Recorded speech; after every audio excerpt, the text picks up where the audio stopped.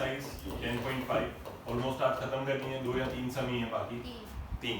तो लास्ट कौन सा किया था हमने? किया था 9। अब है क्वेश्चन नंबर 10। देखते हैं कैसा क्वेश्चन। फिगर हो तो टेक्स्ट बुक दे दो, नहीं हो तो फिर रीड कर लो। तो रीड कर लो।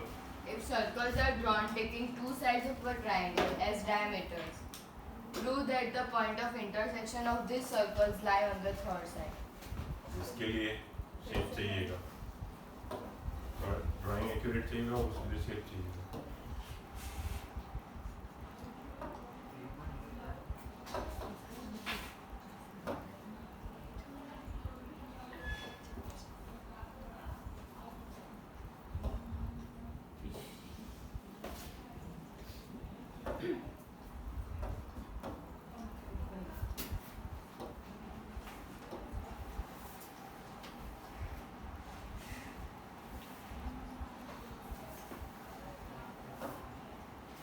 स्टार्ट करते हैं। ये तो रफ होगा नहीं, पूरा पूरा चला जाए।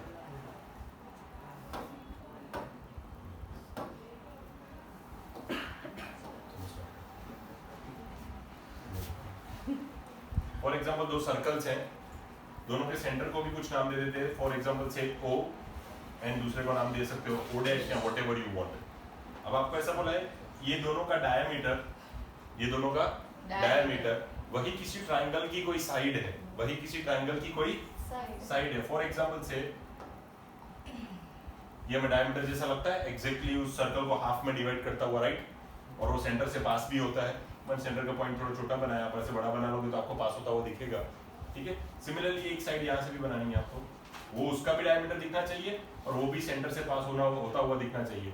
Now is it visible to everyone कि ट्राइंगल की 2 साइड भी दिख रही है और वो दोनों साइड इन दोनों सर्कल की डायमीटर्स भी हैं। देख लो पहले, क्लियर विद दिस ज़ील, फिर क्वेश्चन समझ में नहीं आएगा। 2 diameters of a circle make 2 sides of the triangle. Are we clear? ठीक है। अब क्या बोल रहा है कि थर्ड साइड जो होगी, ऑफ कोर्स वो ये साइड ही होने वाली है। आपको ऐसा प्रूव करना है कि इन ट्रायंगल मतलब इन दोनों सर्कल का point of intersection, 2 he point of intersection है। एक है ये जिसको मैं बोल देता हूँ A, और ये जो अपना हीरो है, मेन है, पॉइंट B। पॉइंट B भी नहीं, उसको कुछ और नाम देते हैं। फॉर एग्जांपल से D, क्यों बताता हूँ, तो ट्राइंगल का नाम ABC देना में अच्छा लगेगा। तो अगर इसको नाम दे देता हूँ B, इसको नाम दे देते हैं C। तो अब ये क्वेश्चन ऐसा बोलता है, if 2 diameters of 2 circles make 2 sides of the triangle, then prove क्या करना है? प्रूव ये करना है पॉइंट ऑफ इंटरसेक्शन 2 ही है, A और D। पॉइंट तो 2 ही है, A और D, इसमें से कोई भी एक पॉइंट को ये ऐसा बोलता है कि प्रूव करके दो, it lies on the third side of the triangle. यानी आपको प्रूव करना है D लाइज ऑन BC। अब D BC पे लाई करता है, वो कैसे पॉइंट हो सकता है आप खुद बताओ। क्या दुनिया के कोई 3 पॉइंट्स ऐसे ये एक लाइन पे आ सकते हैं? नहीं। 2 तो आ जाएंगे सर, कोई भी 2, जो भी 2 आप पसंद करो, 2 तो एक लाइन में आ जाएंगे। पर कभी 3 नॉन कोलिनियर पॉइंट्स को एक लाइन बनाते देखा है? मतलब किसी तरीके से अगर ये तीनों एक ही लाइन पे लाई करते हैं, means they are collinear, means they are collinear. तो अगर मैं किसी तरीके से BDC को प्रूव कर दूं कि वो लाइन है, क्या है? लाइन।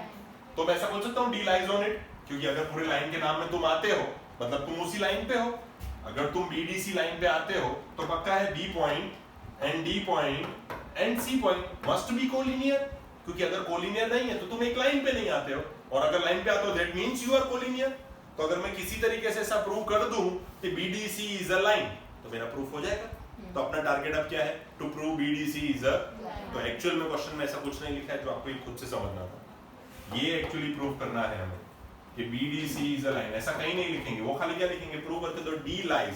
D भी क्या है हमारा?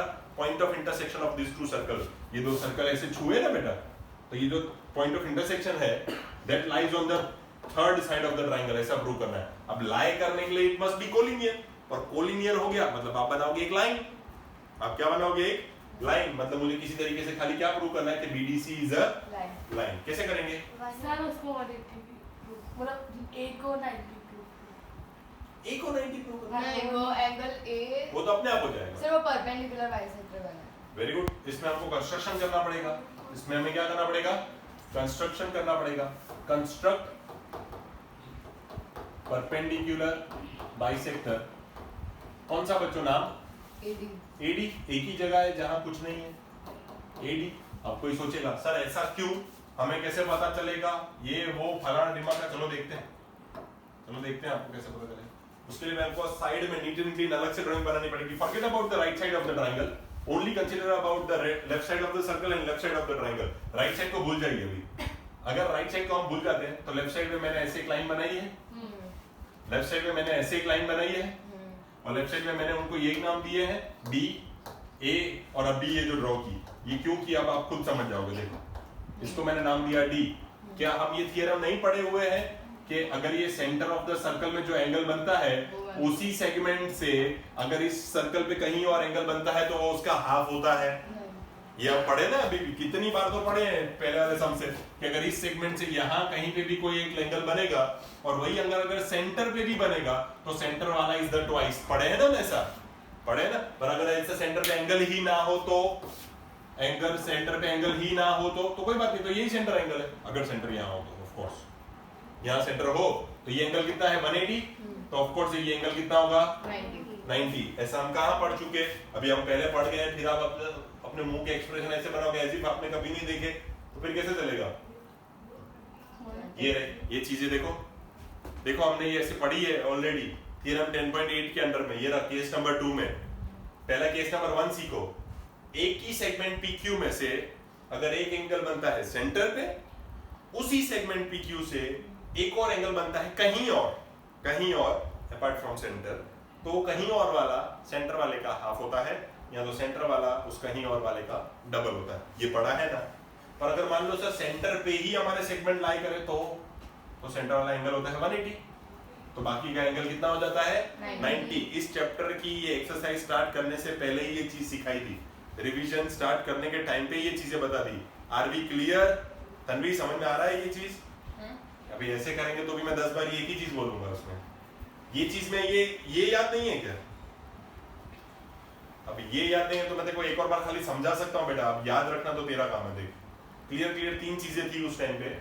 ये माइनर सेगमेंट है, उस माइनर सेगमेंट से सेंटर पे एंगल बनता है, और उसी माइनर सेगमेंट से सेंटर सर्कल के किसी भी और पार्ट पे अगर एंगल बनता है तो सेंटर पे बना हुआ एंगल ट्वाइस होता है. कितना होता है? ट्वाइस. पर मान लो कि ट्वाइस. अब ये देखो मान लो ये PQ पॉइंट को कोई थोड़ा ऊपर लेके आ रहा है और ऑलमोस्ट तुमने सर्कल की लाइन में अलाइन कर दिया. क्या कर दिया? सर्कल की लाइन में अलाइन कर दिया.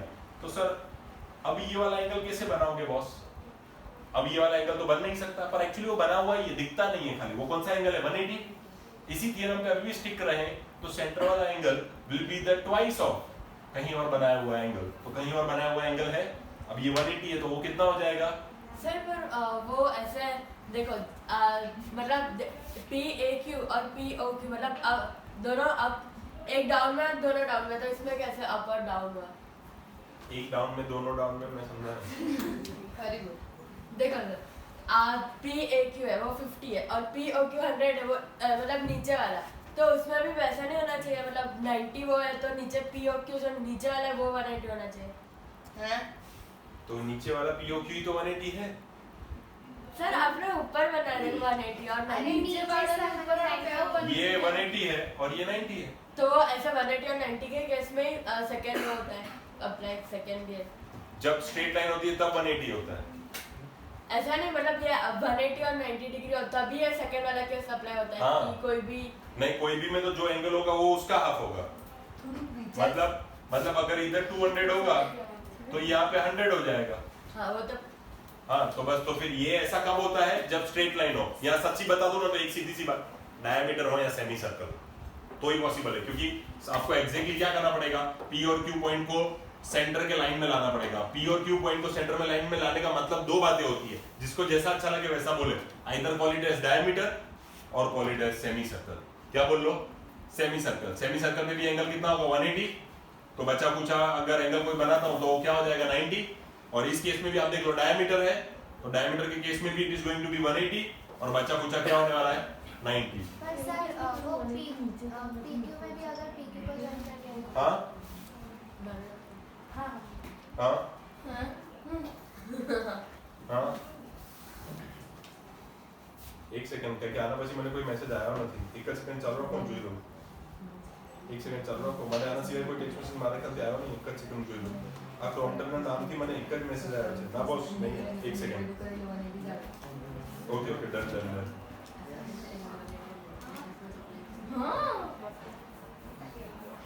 જો તમને જેવી કે હમણાં રિસેન્ટ બે આયા ને બંને મોકલી એક મને 250 આયો ને એક પેલો બી આયો જસ્ટ ઓટીપી વાળો 9637 કરીને મારો ઓટીપી છે એના જોડે જે આવ્યો એ જ ને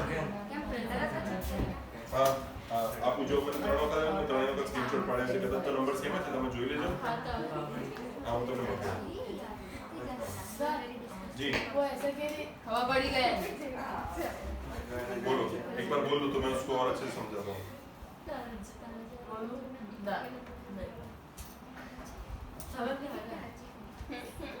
समझ में आ गया हो तो आगे बढ़ो आगे बढ़े बच्चों हाँ बोल हाँ अभी वही चीज आपको इधर देखने को मिल रही है खाली उन लोगों ने डायग्राम को थोड़ा सा टिल्ट कर दिया है मतलब हम अब तक सीधा सीख रहे थे इन लोगों ने थोड़ा टेढ़ा मेढ़ा कर दिया है बराबर अब ये भी ये देखो डायमीटर है तो डायमीटर का एंगल हमेशा कितने बनते हैं तो ऑब्वियस सी बात है अब उसी सेगमेंट में से ए और बी में से ही बना है तो ये एंगल बाय डिफॉल्ट कितना होना चाहिए are be clear with this पक्का तो यहाँ पे मैं 90 लिख सकता हूँ ये एंगल कितना है ऐसा तो इधर भी हुआ ये राइट साइड वाले पे भी ये राइट साइड वाला सर्कल ये उसका क्या है डायमीटर ये रहा देखो डायमीटर उसकी एक लाइन आ रही थी अभी मैंने ये कंस्ट्रक्ट की है एडी तो मैं यहाँ पे भी एडी बना देता हूँ ये हो गई ए ये हो गई डी ये है सी तो यहाँ पे भी ऐसा ही नहीं होगा ये 180 तो ये भी कितना होगा अब ये कितना है अब 90 प्लस 90 कर दूंगा तो क्या हो जाएगा और 180 का मतलब तो होता है कि वो एक लाइन है वो एक क्या है लाइन है चलो उसको लिख लेते हैं एक बार ये दो फिगर मैंने अलग से जो बनाए हैं वो मैं रफ नहीं कर रहा हूँ जस्ट समझने के लिए इसको इंडिविजुअली जो मैंने बनाया अब आप देख सकते हो बाय थ्योरम कौन सा था 10.8 का केस नंबर 2 तो मैं आपको ऐसे लिख के देता हूँ बाय थ्योरम 10.8 आपको एग्जाम इससे ज्यादा नहीं लिखना है मैं आपको लिख के दे रहा हूँ कि अगर कभी घर पे रिफर करना हुआ तो केस नंबर 2 आपको ऐसा लिख के नहीं आना है एग्जाम में you don't need to mention it theorem होता है वो टीचर खुद समझ जाएगा कि कौन सा केस है लेकिन आपको खाली घर पे रिफर करने के लिए ठीक है तो हम ऐसा बोल सकते हैं AOB is equal to 180 degree therefore AOB is twice of कौन सा एंगल ADB therefore यहाँ पे AOB की वैल्यू डाल देता हूँ 180 upon 2 is equal to ADB अब ADB की वैल्यू कितनी होगी 90 डिग्री अभी वापस दूसरा नहीं करने का खाली क्या लिख देने का सिमिलरली एंगल ADCB कितना हो जाएगा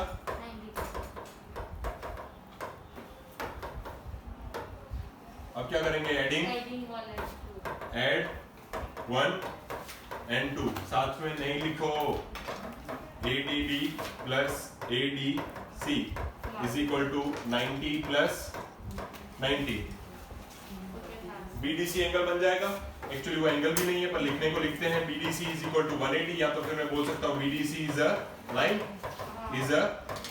line therefore क्या प्रूव हो गया कि D lies on BC खत्म ये क्लियर है सभी को सभी को पक्का मोक्ष हाँ सर एनीवेज क्वेश्चन नंबर 11 क्या दिया क्वेश्चन नंबर 11 का question ABC and ADC are two right triangles with common hypotenuse. Common hypotenuse भाई इनको ड्रॉ करने में याद रखना ABC और क्या बोला है ADC. ABC और ADC A ABC. और ADC तो AC इधर आएगा हाँ और D इधर आ जाएगा ऊपर हो गया ABC शांति तरह कलर चेंजिंग वाली ABC एक राइट एंगल है ADC एक राइट एंगल है और दोनों का एक हाइपोटेन्यूज कॉमन है AC इतनी चीजें अपने को गिवन में है पहले तो कि triangle ABC and triangle ADC ये अपने को गिवन है जिसमें angle B equal to angle D है तेरी काम का ABC एंगल B है इक्वल एंगल D से और वो दोनों है 90 डिग्री विथ कॉमन हाइपोटेन्यूज। कौन सी है वो? ये गिवन है। और to prove that the angle CAD is equal to angle CBD. Prove क्या दिया है आपने को? Angle CAD CAD is equal to angle CBD. बनाना है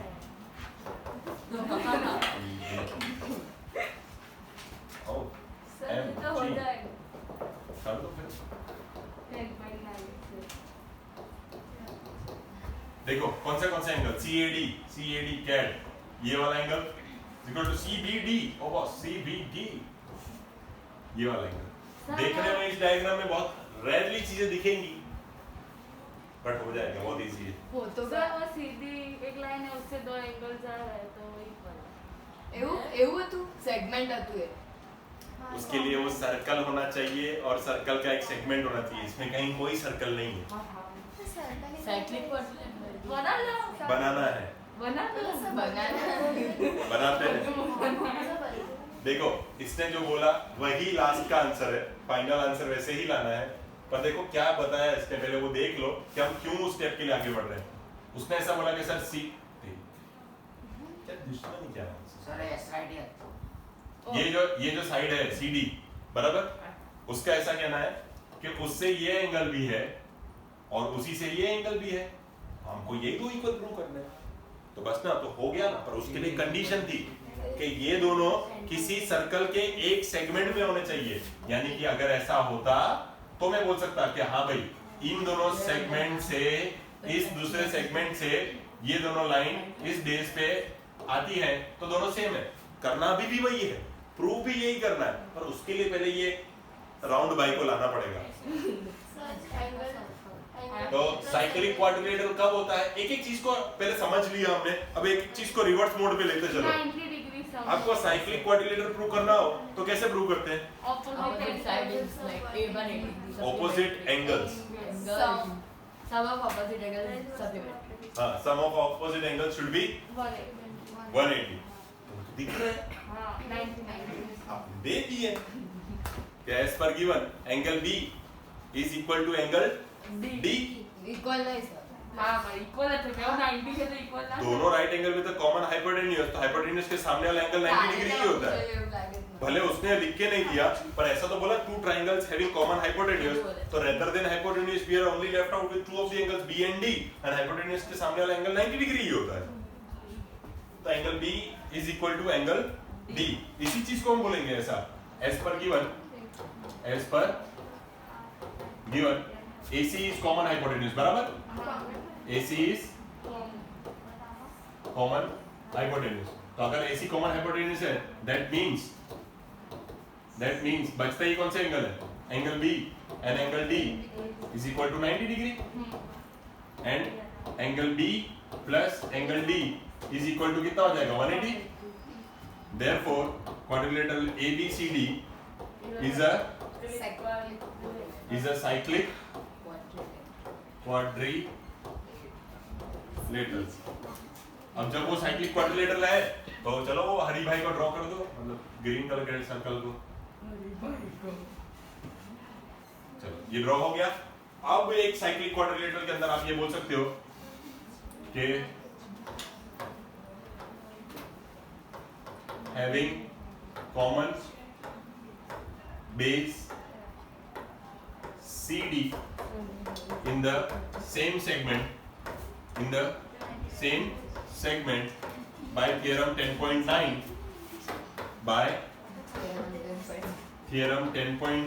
कौन से एंगल इक्वल हो गए जो बोले थे इक्वल करने को? Angle CAD is equal to angle CBD। खत्म। CAD is equal to angle CBD। पर सर हमने ऐसे कैसे सर्कल ड्रॉ किया? પેલો સાયક્લિક પર जोर से बोलना। सर हमें सेंटर नहीं पता था तो हमने सर्कल कैसे ड्रॉ कर दिया? हाथ सेंटर की क्या जरूरत है हमें? साइक्लिक क्वाड्रिलेटरल खाली चारों वर्टिसेस उस पे होने चाहिए, हमको अंदर उसको सच में स्क्वायर नहीं बनाना। और ना ही यहाँ पे कहीं पे स्क्वायर रेक्टेंगल कुछ भी बोला। क्वाड्रिलेटरल मींस जस्ट 4 साइड्स, और साइक्लिक का मतलब है तुम किसी तरीके से सर्कल बनाओ which will just intersect all of the four vertices. Nobody told you to make a square inside a circle. अब सर्कल बना लो कैसे भी, उसके अंदर चार ये साइड्स को तुम बाद में छुआ दो, क्या फर्क पड़ता है, क्योंकि वो ड्राइंग तो हमने बनाई थी, उन्होंने कहा दी है ABCD is a quadrilateral, लिखना ही किया था ना। मतलब पहले ही सर्कल बनाया। हाँ, पहले ही सर्कल बनाना है आपको एग्जाम पॉइंट ऑफ व्यू में। सर एक साइड है मतलब हाइपोटेन्यूज नीचे कॉमन और ऐसे के जो दूसरी साइड बनाए तो हाइपोटेन्यूज कॉमन नहीं आती है, तो भी आएगी ना, AC तो कॉमन आएगी, B के उस वजह ऐसे बोल रही है ना तू। वो तो नीचे बोलिए कि वो D की जगह T लिख दो, ये ना D के उस बाजू डी के अभी उस बाजू कहाँ डालो, A और D के बीच में ए और डी के बीच में मैं ऊपर तो फिगर ड्रा कर देखा है क्या बोल रही है, इसमें रफली बनाना, ऐसा, हाँ ऐसा। ये कैसे बनता है, AC तो कॉमन ही होगा ना, तो फिर हाइपोटेन्यूज के सामने राइट एंगल दिखाना पड़ता है, वो का वो D और D वैसे ही, लेकिन वो तो ऊपर क्या फर्क पड़ेगा पर उससे, फिर वो नहीं हो रहा। क्या नहीं होगा, वो तो ऐसे बोला सर्व नहीं तो क्या प्रोसीजर तो फिर भी सेम रहेगा, क्यों नहीं समझ होगा, मतलब कहाँ मुझे दिक्कत पता कहाँ है। आई, मतलब क्या रॉन्ग क्या पड़ रहा है, सर फिगर ड्रॉ करो ना इधर।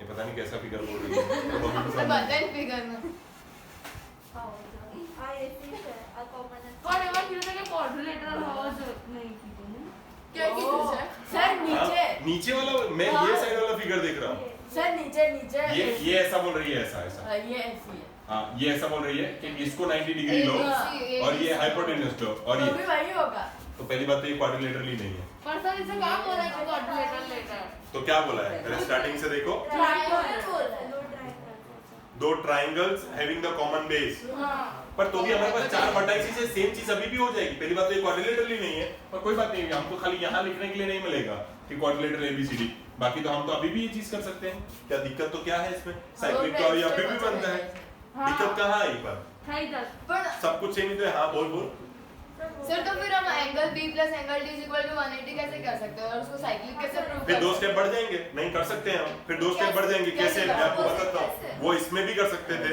इसमें भी कर सकते थे, पर इसमें नीडेड नहीं था, इसलिए हमने नहीं किया, क्योंकि हमारा ड्राइंग ऐसा था। अबे वो गधे मुंह बंद रख, यहाँ देखो, इसके लिए आप एक और चीज कर सकते थे, दो बातें थी, आप उसको हमने जाने दिया इस बार, हम उसमें कंस्ट्रक्शन करते कि एक लाइन इसको ज्वाइन कर दो, फिर हम ऐसे बोलते दो पैरेलल लाइंस के बीच में एक ट्रांसवर्सल है, they always form a linear pair, तो ये 90 तो ये भी 90, ऐसा प्रोसीजर हम इसके लिए भी करते। अब आप बोल सकते हो opposite angles are equal and supplementary, अब आपको सिर्फ खाली एक लाइन बनानी पड़ती, और वो मैंने आपको बोला ही, जब तक वो क्वाड्रिलेटरल नहीं है तो क्वाड्रिलेटरल के बिना वो साइक्लिक भी नहीं दिखने वाला, तो उसमें एक लाइन बढ़ जाएगी, कंस्ट्रक्शन करना पड़ेगा एक लाइन का, और एक लाइन का कंस्ट्रक्शन करने के बाद आपको ये वाला कांसेप्ट यूज करना पड़ेगा, ये वाला, कि ये एक लाइन मेरे लिए क्या होगी, ट्रांसवर्सल, दो पैरेलल लाइंस के बीच की क्या हो गई, ट्रांसवर्सल, फिर मैं क्या बोलूंगा, इनका सम कितना होना चाहिए, 180, फिर सिमिलरली मैं ऐसे बोलूंगा, ऐसा तो इसका भी होता है, फिर मैं बोलूंगा ऐसा तो इसका भी होता है, फिर मैं बोल दूंगा कि जैसे इनका सम 180 है, मान लेते हैं A B C D, we started from here linear pair से, B is equal to C and both are 90 90, then we will be saying that C is equal to D, D is equal to C, then हम बोलेंगे C is equal to D, ultimately we will say D is equal to A, ultimately ऐसा तो सारे equal हो जाएंगे, पर हमारा काम सिर्फ इससे रहेगा, A से और C से, वो तो देखो D के मीन से A और C इक्वल हो ही गए, और एक बार वो हो गए इक्वल, तो हम उसको क्या बोल पाएंगे, साइक्लिक, हम उसको क्या बोल पाएंगे, साइक्लिक, और साइक्लिक के अंदर फिर सेगमेंट्स की वजह से हम एंगल्स को भी इक्वल बोल पाएंगे, फिर एंगल्स को भी इक्वल बोल पाएंगे, एंगल्स भी पुट करके देख लो एक बार, इसमें एंगल्स आपके रहेंगे, यहाँ रहेगा B और यहाँ रहेगा A C और D, अब एंगल्स देख लो कौन से CAD ये वाला एंगल, और दूसरा CBD ये वाला एंगल, देख लो अभी भी वही बात है, ये रही तुम्हारी बेस, ये देखो ये तुम्हारा ये जो एंगल इस बेस से है वही एंगल इस बेस से भी है, देख लो वही हो जाती है चीजें प्रूव, देखो वो दोनों एंगल्स इस बेस से हो गए, वंस बीइंग क्वाड्रिलेटरल, एक दो मजूरियां आपकी इसमें कम हो जाती थी, पहला you don't have to construct any BD just because you took that hypotenuse on the correct way without intersecting them, क्यों इंटरसेक्ट करोगे तो क्या हो जाएगा, वो क्वाड्रिलेटरल नहीं है, तो first of all you need to construct one line BD to make it a quadrilateral, and once you made it a quadrilateral, अब ये क्वाड्रिलेटरल बनाया नहीं है, तुमने बनाया, तो तुमको फिर ये एंगल भी लाने पड़ेंगे, और वो मिलेगा पैरेलल लाइंस और ट्रांसवर्सल से, फिर ऐसे चलाना पड़ेगा। सर ये आपने कहा कि ये ऐसे करके हम इसको 90 डिग्री कर सकते वो हैं। 90 नहीं है, हाँ इसलिए तो वो पूरा ऊपर तक। तो पर इसमें तो कहा कि ये हाइपोटेनस और ये ट्रायंगल है, वो पहले से 90 होने चाहिए ना। कौन से वो ट्रायंगल बी सी हम्म। ए डी हाँ वो पहले से होने चाहिए, पर अपने केस में ना हो, हमें उसकी जरूरत भी कहाँ है, हमारे लिए तो दूसरे दो एंगल्स इक्वल है ना। फिर वो हाइपोटेनस है।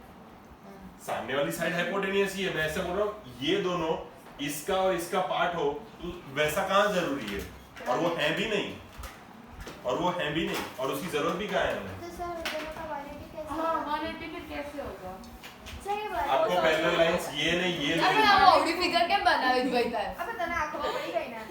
एक काम करते हैं, एक काम इसके बाद एक सम बाकी रहा है, वो खत्म करते हैं, ये सेशन एंड करते हैं। मैं तेरे को ये डायग्राम के साथ पूरा एक अलग स्लाइड पे इसी के स्लाइड के अंदर करके दिखाता हूँ, ठीक है। चलो सम नंबर 11 ये खत्म, सभी को समझ में आ गया। चलो question number 12 last but not the least, क्या है question? Sir, how you Prove that a cyclic parallelogram is a rectangle. पहले से रेक्टेंगल ही बनाने का, वो अंडा है। A B C D. अब आपको प्रूव करना है एक साइक्लिक पैरेललोग्राम। देखो गिवन में है कि ABCD is a parallelogram. Given में quadrilateral ABCD is a cyclic parallelogram. तो पैरेललोग्राम की कुछ बातें तो हमें पता है कि this is going to be equal to this और this is going to be equal to this, बराबर। अपने को ये चीज वैसे भी हमें प्रूव करनी थी कि रेक्टेंगल के ऑपोजिट साइड्स आर इक्वल। एक काम तो हो गया, बचा क्या? एक ही काम बचा, 90 डिग्री प्रूव करना। कैसे करोगे? वो अभी थ्योरम लगा है BD वाला, मींस वो BD जॉइन करते वो डायगोनल बनाने में भी पैरेललोग्राम के ऑपोजिट एंगल्स कैसे होते हैं? इक्वल। इक्वल। तो हम क्या बोल सकते हैं? A is equal to C। Parallelogram की क्वालिटीज होती है। प्रूफ में पहले स्टार्ट करते हैं। प्रूफ में हमारा रेक्टेंगल प्रूव करने के लिए दो तीन चीजें चाहिए, वो सारी हो रखी है। एक तो ये भी हो रखी है AD is equal to BC, दूसरी ये भी हो रखी है AB is equal to CD, AB is equal to CD, as well as ये दोनों पैरेलल भी हैं। AD is also parallel to BC and AB is also parallel to CD। और भी एक चीज होती है कि पैरेललोग्राम्स के अंदर opposite angles are equal. Opposite और सर साइक्लिक के दोनों इक्वालिटी इक्वल। अभी देखना ना कैसे करते हैं हम इसको। Opposite angles are equal. बहुत तरीके हैं इसको प्रूव करने के। I tell you just orally 3 से 4 बता देता हूँ। फर्स्ट ध्यान से खाली सुन लो, सारे नहीं लिखने, कोई भी एक लिखेंगे हम। 3 से 4 है, सारे सुन लो। कंस्ट्रक्ट BD तो 180 डिग्री बनाएगा तो 90 बनाएगा। साइक्लिक के ऑपोजिट का पेयर होता है 180 तो ये 90 तो ये भी 90। सिमिलरली करके BD करके 90 सम खत्म, बराबर। Type number 1। Type number 2, parallelogram के ऑलरेडी दो ऑपोजिट एंगल्स कैसे होते हैं? 1 इक्वल। तो ये कितना हो जाएगा? A is equal to C, similarly B is equal to D। फिर से वही बात, ये दो पैरेलल लाइंस है, this is the transversal for me, तो देयर सम शुड बी 180। तो फिर D plus C is equal to 180। Similarly A plus B is equal to also, similarly B plus C is equal to also. फिर किसी भी एक को replace करके दो बार एंगल B लिख के 180 अपॉन 2 तो सीधा एक मिल जाएगा 90। सिमिलरली सारे 90। Type number 2। टाइप नंबर 3, अब क्या कर सकते हो? सर साइक्लिक पैरेललोग्राम में तो ऑपोजिट एंगल 180 होगा ना, और ऑपोजिट एंगल इक्वल है तो 90 होगा। बस सब वो सबसे पहला मेथड वही बताया था, सबसे छोटा। नहीं होगा वो बोले कि ऐसे वो BD को BD ज्वाइन करने वाला 180 वाला क्या? 10.9। बोला वो थर्ड हुआ। चलो opposite angles are equal in parallelogram. In opposite angles are equal in parallelogram. सबसे शॉर्टेस्ट वे लिख देते हैं। तो angle A is equal to angle हो गया C और एंगल B हो गया इक्वल टू एंगल D। और एक चीज क्या, जब ये इक्वल हो ही गए हैं तो हम ये भी जानते हैं कि साइक्लिक क्वाड्रिलेटरल के ऑपोजिट एंगल्स का सम कितना होता है? 180। तो आप लिखेंगे now sum of opposite angles of cyclic quadrilateral is 180। ठीक है, तो हम लिख सकते हैं angle A plus angle C is equal to 180। पर हमने 1 में तो देखा था कि A और C तो इक्वल है, तो A प्लस वापस इसके बदले भी क्या लिख दो? A is equal to 180. 2 times of angle A is equal to 180. therefore A is equal to 90. similarly all are 90.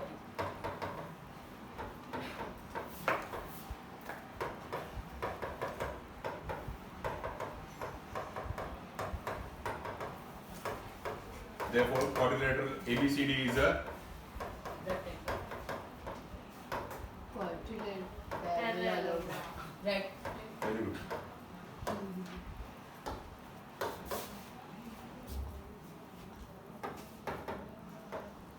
Sir ये एग्जाम में हम सिमिलर Wrong करके लिख three. सकते हैं. कुछ भी गड़बड़ नहीं, कोई इशू नहीं है. डन ही है, सभी को क्लियर है? पक्का? इसको एंड कर देते